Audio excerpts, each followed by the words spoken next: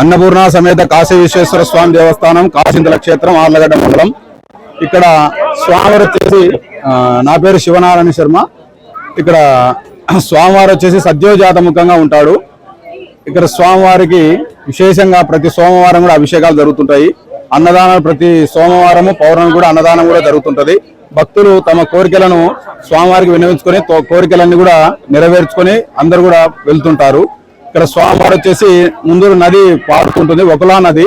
ఇది కాశీలో ఏ విధంగా గంగా నది పారుతుందో ఇక్కడ కూడా వకులా నది ఉత్తర దక్షిణంగా పారుతుంటది. ఇక్కడ ఈ వకులా నదిలో స్నానం చేసి స్వామివారి దర్శనం చేసుకోవడం వల్ల కాశీకి వచ్చినంత ఫలితం కూడా దక్కుతుంది.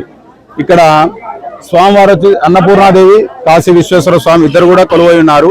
భక్తులు అందరూ కూడా తమ కోరికలను స్వామివారికి విన్నవించుకుంటూ ఉంటారు. పంచామృత అభిషేకము, మహాన్యాసపూర్వక రుద్రాభిషేకము, తర్వాత స్వామివారికి ఈరోజు కళ్యాణం జరుగుతుంది. ఉదయం 11 గంటలకు కళ్యాణం జరుగుతుంది. అన్నదాన కార్యక్రమం కూడా జరుగుతుంది.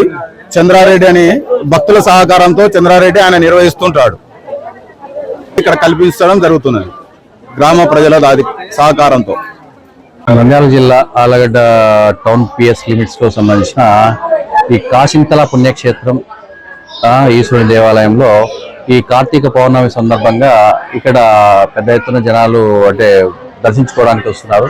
దీనికి తగ్గట్టుగానే మా పోలీస్ డిపార్ట్మెంట్ తరఫున మన గౌరవ ఎస్పీ నంద్యాల సారు వారి ఆదేశాల మేరకు, నంద్యాల డిఎస్పీ గారి సూచనల మేరకు మేము టౌన్ సిబ్బంది, నేను, మా ఎస్ఐలు, మా సిబ్బంది, ఒక క్యూఆర్టీ సిబ్బంది అంతా కలిసి కూడా ఇక్కడ ఒక 25 మెంబర్స్ దాకా ఇక్కడ బందోబస్తు నిర్వహించడం జరుగుతుంది.